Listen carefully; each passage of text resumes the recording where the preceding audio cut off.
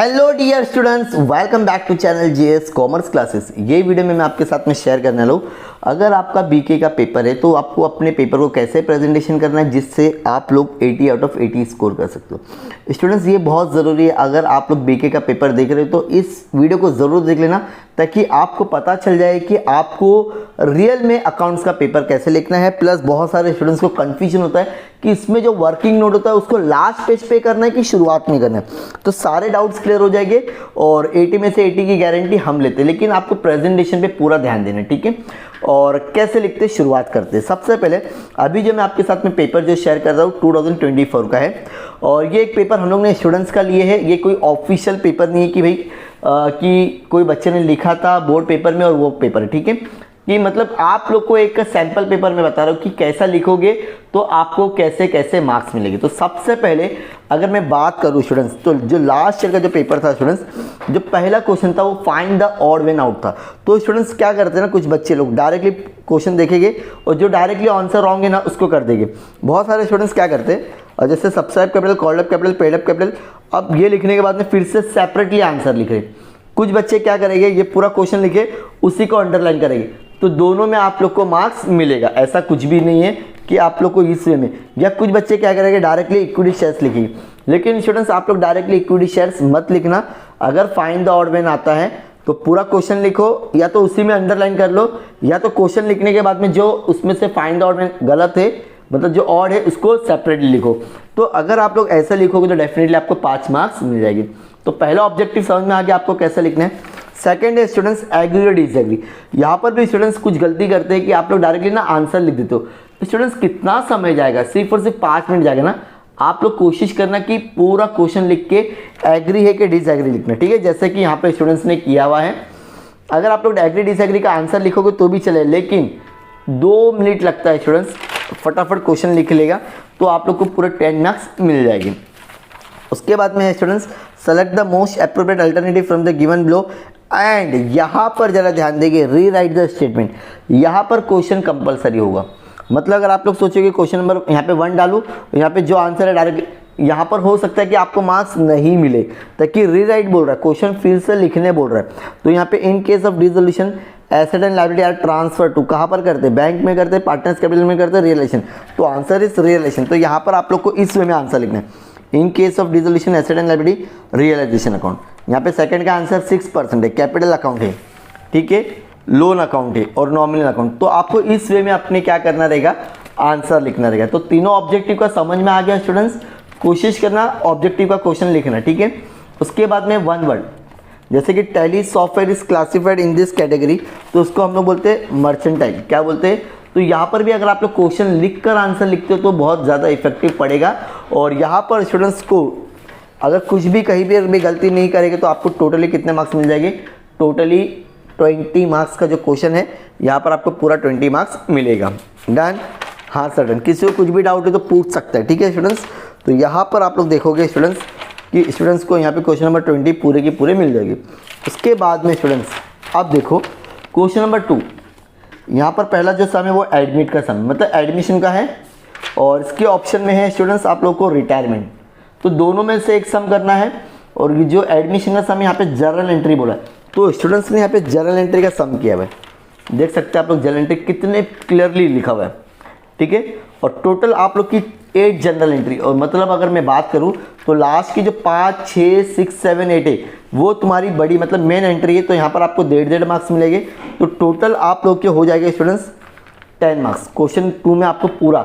लेकिन इसका working note होता है स्टूडेंट्स, कुछ बच्चे एकदम लास्ट पेज पे करते हैं। स्टूडेंट्स मैं आपको बोलता हूँ लास्ट पेज पे मत करना, जहाँ पर आप लोग आंसर लिख रहे हो, जहाँ पर आपका आंसर कंप्लीट हो रहा है उसी के बैक साइड में आप लोग क्या करोगे, अपना वर्किंग नोट भी बना लोगे, ताकि यहाँ पर आप लोग को रिवैल्यूएशन अकाउंट जो जनरल एंट्री में ट्रांसफर करना है उसके लिए आप लोग को बनाना ही पड़ेगा, ठीक है। उसके बाद में क्वेश्चन नंबर 3 यहाँ पे ध्यान दोगे, लाल बाल एंड पाल। ये कौन सा क्वेश्चन है स्टूडेंट्स, डिसोल्यूशन का क्वेश्चन है, ठीक है। इसके ऑप्शन में और ये है बिल्स ऑफ एक्सचेंज। तो यहाँ पर जो स्टूडेंट्स ने सॉल्व किया हुआ है स्टूडेंट्स, और यहाँ पर ना आप लोग को लेजर बनाना है स्टूडेंट्स। क्या बनाना है, तो स्टूडेंट्स ने डिसोल्यूशन का सम किया है।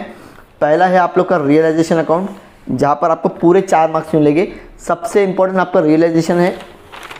उसके बाद में है आप लोग का पार्टनर्स कैपिटल अकाउंट, जिसमें आपको 3 मार्क्स मिलेंगे।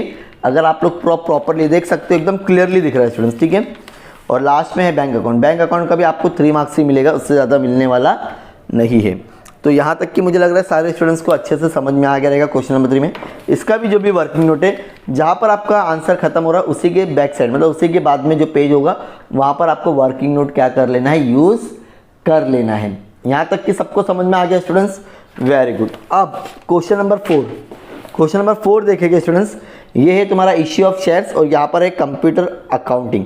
तो बहुत सारे बच्चे अगर हो सकता है कंप्यूटर अकाउंटिंग के क्वेश्चंस लिखेंगे, लेकिन यहाँ पर अभी जो मेरे पास में पेपर है मैंने वो जो सॉल्व किया वहाँ पर है इश्यू ऑफ शेयर्स। तो यहाँ पर आप लोग की कितनी एंट्री बनेगी, 2 एंट्री 2 एंट्री 2 एंट्री, चारों की 8 एंट्री, टोटल कितनी एंट्री हो जाएगी। तो हर एंट्री 8 मार्क्स का क्वेश्चन है, तो यहाँ पर हर एक एंट्री को 8 मार्क्स मिलेगा स्टूडेंट्स। देख सकते हैं आप लोग, पहला क्या हो रहा है, एप्लीकेशन मनी आ रहा है, फिर ट्रांसफ़र कर रहे हैं, फिर आप लोग क्या कर रहे हैं, अलॉटमेंट मनी आ रहा है, ठीक है, मतलब इसको ड्यू करोगे, फिर रिसीव होगा, इसके बाद में वापस फर्स्ट कॉल का अमाउंट आ रहा है, ये final call and second call, और लास्ट में आपको इसका क्या मिल गया, अमाउंट मिल गया। तो टोटल 8 एंट्री है। तो यहाँ पर आपको क्वेश्चन में कितना मिलेगा स्टूडेंट्स, 8। क्वेश्चन नंबर 4 में कितना हो गया, सर अगर हम लोग थ्योरी क्वेश्चंस लिखेंगे तो मार्क्स मिलेगा क्या पूरा, क्यों नहीं मिलेगा। अगर आप लोग प्रॉपर वे में लिखोगे और जैसा आपके टेक्स्ट बुक में लिखा हुआ है सेम टू सेम लिखो, पूरा 8 मार्क्स मिलेगा स्टूडेंट्स, ठीक है। ऐसा कुछ नहीं है, तो ये आपके ऊपर डिपेंड करता है कि आप लोग कौन सा क्वेश्चन लिख रहे हो। उसके बाद में स्टूडेंट्स आता है आप लोग का क्वेश्चन नंबर 5, जहाँ पर आप लोग को पहला क्वेश्चन है स्टूडेंट्स डेथ का है, और उसके बाद में है convert the trading and profit and loss account, मतलब ये फाइनेंशियल स्टेटमेंट है स्टूडेंट्स। मैं बोलता हूँ आप लोग ये स्किप ही करो, इसके ऑप्शन में जो भी आएगा ना वही करना। तो यहाँ पर स्टूडेंट्स ने किया डेथ का सम, जहाँ पर बोला गया है profit and loss adjustment account, partners capital account और बैलेंस शीट। तो स्टूडेंट्स ने बहुत ही प्रॉपरली वे में आप लोग अगर ध्यान दोगे, पहला है ये profit and loss adjustment account, partners capital account जिसकी भी डेथ हो रही है, तो शायद यहाँ पे सुरेश की डेथ हो रही है, पहला जो पार्टनर उसकी डेथ हो रही है, और लास्ट में आप लोग ने इसमें क्या बना दिए, बैलेंस शीट बना दिए। तो ये हो गया आपका क्वेश्चन नंबर 5। देख सकते हैं आप लोग किस वे में। अब यहाँ पर भी स्टूडेंट्स अगर आप लोग को वर्किंग नोट की ज़रूरत है, तो पेज जहाँ पर आपका आंसर खत्म हो रहा है उसी के बैक साइड में आप लोग वर्किंग नोट बनाओगे, तो सारे जो भी आप लोग के पेपर चेक करेंगे एग्जाम में, तो उसको पता चले कि स्टूडेंट्स ने कुछ भी कॉपी नहीं किया, उसको बहुत अच्छे से सम आता है। उसके बाद में क्वेश्चन नंबर 6 है स्टूडेंट्स आप लोग का NPO, नॉन प्रॉफिट ऑर्गेनाइजेशन। यहाँ पर तो सभी को पता है कि सिर्फ 2 ही अकाउंट बनते हैं, ठीक है। तो यहाँ पर स्टूडेंट्स ने बहुत ही प्यार से 2 अकाउंट बना दिए हैं। पहला है तुम्हारा इनकम एंड एक्सपेंडिचर अकाउंट बोलते हैं जिसको, एक्सपेंडिचर अमाउंट एक्सपेंडिचर, कहीं से कुछ भी गलती नहीं हो रही है। जब गलती नहीं होगी तो ऑटोमेटिकली आपका सम भी क्या होता है स्टूडेंट्स, टैली हो जाता है, देख सकते हो आप लोग, ठीक है। तो ये आप लोग की बैलेंस शीट क्या हो चुकी है स्टूडेंट्स, टैली हो चुकी है एकदम प्रॉपर वे में, और दोनों का आपको 6-6 मार्क्स मिलेगा, इनकम एंड एक्सपेंडिचर अकाउंट का और बैलेंस शीट का भी, ठीक है। और यहाँ पर भी अगर आपको वर्किंग नोट कुछ भी लिखना है तो नेक्स्ट पेज पे आप लोग क्या कर सकते हो, या जो भी कैलकुलेशन रहता है, परसेंटेज निकालना रहता है, क्वेश्चन के जस्ट बाद वाला पेज ही आप लोग क्या करोगे, यूज़ करोगे। उसके बाद में लास्ट एंड फाइनल क्वेश्चन है, डेट इज आप लोग का फाइनल अकाउंट। ये ऐसा फाइनल अकाउंट था स्टूडेंट्स जहाँ पर आपको ट्रेडिंग अकाउंट नहीं पूछा गया था। ये पहला क्वेश्चन है मुझे लग रहा है कि 10 से 15 साल में जहाँ पर ट्रेडिंग अकाउंट बनाने बोला नहीं, ऑलरेडी डायरेक्टली ग्रॉस प्रॉफिट दे दिया। बहुत बच्चे को टफ लगा होगा, लेकिन बहुत ईजी क्वेश्चन है। तो यहाँ पर हम लोग ने सिर्फ और सिर्फ क्या बनाया है, प्रॉफिट एंड लॉस अकाउंट बना दी है। देख सकते हो जो भी टैली हो गया, 12,000 जो है दोनों पार्टनर्स में क्या करेंगे, हम लोग शेयर करेंगे, और लास्ट में आप लोग की क्या बनेगी, बैलेंस शीट। तो बैलेंस शीट में कुछ स्टूडेंट्स कैपिटल अकाउंट बनाते हैं, कुछ स्टूडेंट्स नहीं बनाते, तो ये आपके ऊपर डिपेंड है। तो नहीं बनाओगे तो आप लोग कैपिटल अकाउंट मामा, ओपनिंग बैलेंस, और ये इस वे में लिख सकते हो, ठीक है। अगर आप लोग कैपिटल अकाउंट बनाओगे तो भी उसका 2 ही मार्क्स मिलता है, जो यहाँ पर ऑलरेडी हम लोग ने क्या कर दिया, इसको डायरेक्टली अप्रोप्रिएट कर दिए। तो यहाँ पर 2,91,000, 2,91,000। तो ये वे में आप लोग को क्या करना है, और याद रखना स्टूडेंट्स, ये वाला मार्जिन आपको यूज़ नहीं करना, ताकि आप लोग का पेपर पूरा टाइट बनता है, 30 का पूरा बंडल बनता है, तो उसमें कहीं ना कहीं तो आप लोग का पेपर यहाँ से ख़राब होने का चांसेस है। तो यहाँ का तो आप लोग यूज़ मत करना, चाहिए तो ये आप लोग यूज़ कर लेना एग्ज़ाम में, ठीक है। अगर आपको जगह कम पड़ेगी ना तो आप लोग ये यूज़ कर लेना, चल जाएगी। ये वाली मार्जिन यूज़ कर लेना, लेकिन गलती से भी ये जो है ना थोड़ा सा स्किप कर देना, नहीं तो अदरवाइज़ आपको प्रॉब्लम होगी। ये वाला यूज़ कर ले तो कोई इशू नहीं है, यहाँ पर आप लोग लिख सकते हो, ठीक है। तो ये था आप लोग का बीके का पेपर प्रेजेंटेशन, जो 28 फरवरी को पेपर होने वाला है, बहुत ही ज़्यादा इंपॉर्टेंट है। एवरेज स्टूडेंट्स के लिए भी है, और जो स्टूडेंट्स आउट ऑफ मार्क्स लाना चाहता है, गलती नहीं होना चाहिए आपसे कुछ भी। एवरेज स्टूडेंट्स के लिए ये है कि आपको अपने पेपर प्रेजेंटेशन पे पूरा ध्यान रखना है, और आपको अपने वर्किंग नोट एकदम लास्ट पेज पे करने की ज़रूरत नहीं है, जहाँ पर आपका क्वेश्चन खत्म हो रहा है उसी के बाद में करिए, ठीक है। सो ऐसे और भी वीडियोज़ के लिए प्लीज़ चैनल को ज़रूर सब्सक्राइब करना, और जो भी स्टूडेंट्स को अगर इसका पूरा PDF चाहिए, आप मेरे टेलीग्राम या व्हाट्सएप पे जुड़ जाना, मैं आप लोग के साथ में क्या करूँगा, डायरेक्टली शेयर करूँगा। ऐसे और भी वीडियोज़ के लिए प्लीज़ चैनल को सब्सक्राइब करो। मिलते हैं नेक्स्ट वीडियो में। Thank you so much, bye bye.